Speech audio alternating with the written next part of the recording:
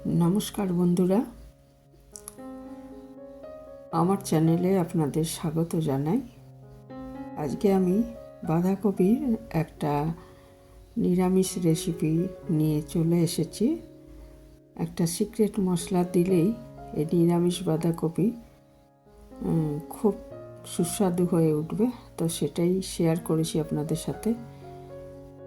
এখানে আমি হাফ বাটি মতো মটরশুঁটি নিয়েছি, আর ওই একটা মোটামুটি বড় বাঁধাকপি ভালো করে কেটে ধুয়ে নিয়েছি।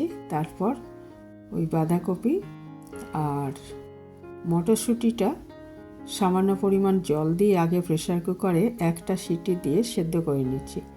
এটা সরাসরিও করতে পারেন, তবে তাতে সময় অনেক বেশি লাগবে বলে আমি এটা একটু সেদ্ধ করে নিলাম, মটরশুঁটি আর এটা। আর এখানে আমি একটা মশলা করে রেখে দিচ্ছি, মিনিট 20 ভিজিয়ে রাখবো। সেখানে হচ্ছে 1 চামচ আদা বাটা, 1 চামচ জিরে গুঁড়ো, 1 চামচ ধনে গুঁড়ো আর হাফ চামচ মতো লঙ্কা গুঁড়ো।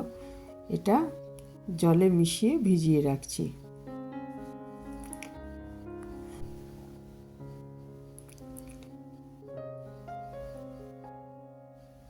এতে করে মশলাটা ভাজার সময় পুড়ে যাবে না, ওই জন্য এইভাবে ভালো করে ভিজিয়ে রেখে দিচ্ছি। 10 থেকে 20 মিনিট ভিজিয়ে রাখলেই ভালো হবে। তাহলে এর মধ্যে রয়েছে আদা বাটা, ধনে গুঁড়ো 1 চামচ, 1 চামচ জিরে গুঁড়ো আর হাফ চামচ মতো লঙ্কা গুঁড়ো, সামান্য হলুদ। আর এখানে আমি একটা মশলা করে নিচ্ছি শুকনো খোলায় ভেজে। 1 চামচ মতো জিরে, ছোটো 1 চামচ, আর একটু দারচিনির টুকরো 2টো, আর এলাচ গোটা 3, 2-1টা লবঙ্গ। এই দিয়ে একটা শুকনো খোলায় ভেজে আমি একটা গুঁড়ো মশলা করে রাখছি। তারপর ওই কড়াইটাতেই আমি সর্ষের তেল নিয়ে নিয়েছি 2 চামচ। সর্ষের তেলেই রান্নাটা ভালো হবে। এতে ফোড়ন হিসাবে দিয়ে দিলাম জিরে, তেজপাতা আর একটা শুকনো লঙ্কা। ফোড়নটা ভালো করে ভাজা হয়ে গেলে আমি এখানে একটা বড় আলু কেটে রেখেছিলাম, ডুমো ডুমো করে কেটে ধুয়ে রেখেছিলাম, সেটা দিয়ে একটু আলুটা নুন আর হলুদ দিয়ে ভালো মতো ভেজে তুলছি। আলুটা ভালো মতো ভাজলে স্বাদ বেশি হবে, সেই জন্য আলুটা আমি আগে ভালো মতো ভেজে নিচ্ছি। আর ওদিকে প্রেসার কুকারে আমি একটা সিটি দিয়ে একটু ওই বাঁধাকপি আর একটু মটরশুঁটি সেদ্ধ করে নিয়েছি। সরাসরিও বাঁধাকপিটা রান্না করতে পারেন, সেক্ষেত্রে বাঁধাকপিটা একটু নুন দিয়ে ভালো করে কচলে নিলে তাহলে সুবিধা হবে আর কি রান্না করতে। আর আমি যে সেদ্ধ করেছি সেটা খুব সামান্য জল দিয়ে সেদ্ধ করেছি, এবং সেই জলটা কিন্তু ফেলবো না, সেটা ওই রান্নার মধ্যেই দিয়ে দেব, তাহলে স্বাদটা ভালো থাকবে আর কি। এখন তো বাঁধাকপির সিজন, এখন আর জলটা ফেলার দরকার নেই। তো অন্য সময় অফ সিজনে করলে অনেক সময় ওই জলটা আমরা ফেলে দিই, তাহলে বুনাটা গন্ধ না হলে লাগে। তো এখন তো তা নয়, এখন একদমই সিজন চলছে, সেই জন্য আলুটা ভাজা হয়ে গেলে ওই যে মশলাটা আমি ভিজিয়ে রেখেছিলাম সেই মশলাটা এর মধ্যে দিয়ে দিলাম।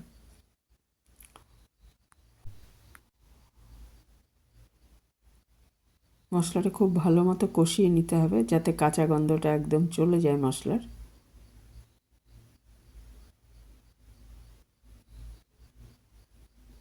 এর মধ্যে আমি সামান্য একটু চিনি দিয়ে দিলাম।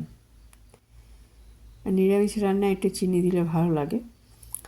আর দিয়ে দিলাম একটা টমেটো টুকরো করে রাখা ছিল, সেটা দিয়ে দিলাম। মানে মশলাটার কাঁচা গন্ধটা চলে যাওয়ার পর টমেটোটা দিতে হবে, না হলে কী হবে না, টমেটোটা থেকে জল বেরিয়ে গিয়ে মশলাটা আর কাঁচা গন্ধটা রয়ে যাবে আর কি।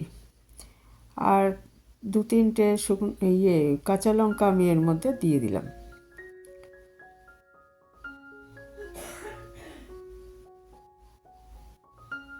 এরপর একটু ভাপ দিয়ে রাখা বা সেদ্ধ করে নেওয়া বাঁধাকপি আর মটরশুঁটি এর মধ্যে দিয়ে দিলাম, একদম জল সহই দিয়ে দিয়েছি, সামান্যই জল দিয়ে সেদ্ধ করেছিলাম, সেটা এর মধ্যে দিয়ে দিলাম।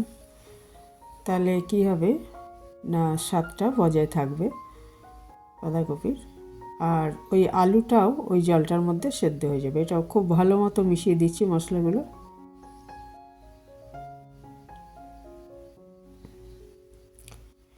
আর আলুটা ভাজার সময় আমি নুন দিয়েছিলাম পরিমাণ মতো।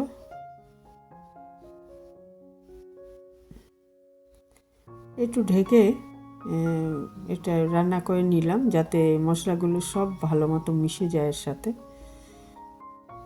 আলু এবং বাঁধাকপির সাথে।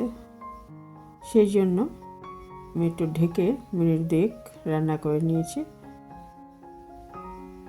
এতে করে আলুটাও সেদ্ধ হয়ে যাবে আর ওই মশলাগুলো মিশে যাবে আর কি ভালো মতো।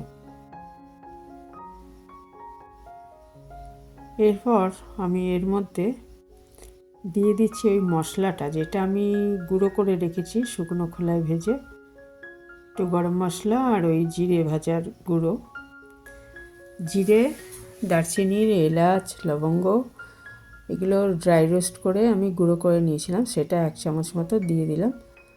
আর একটু এর মধ্যে ঘি মেশালে স্বাদটা আরও বেড়ে যাবে।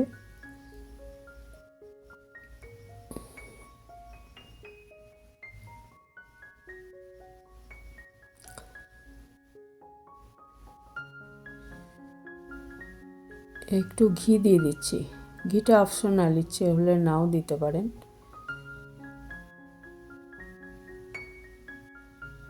তবে নিরামিষ রান্নায় ঘি একটু দিলে, যেহেতু গরম মশলাও দিয়েছি, ঘি দিলে একটু ভালো লাগে।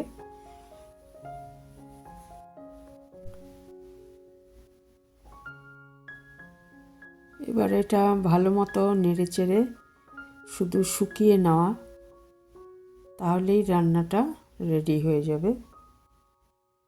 জলটা একদম শুকিয়ে ফেলতে হবে। যদি দেখা যায় জলো ভাবটা যাচ্ছে না ঠিক মতো, সেই ক্ষেত্রে 1-1.5 চামচ আটা বা ময়দা মিশিয়ে দিলে এটা তাড়াতাড়ি মধ্যে শুকনো ভাব চলে আসবে। ভীষণই ভালো হয় খেতে এটা ভাত, রুটি বা খিচুড়ি সব কিছুর সাথে খুব ভালো লাগবে। তো এই ছিল আমার আজকের খুব সিম্পল অথচ ভীষণ টেস্টি একটা রেসিপি, নিরামিষ বাঁধাকপির ঘন্ট।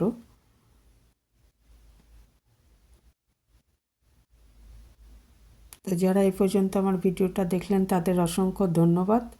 আর নতুন বন্ধুরা কেউ আমার চ্যানেলে আজ এসে থাকলে চ্যানেলটাকে সাবস্ক্রাইব করার অনুরোধ রইল। এখানেই শেষ করলাম। ভালো থাকবেন সবাই।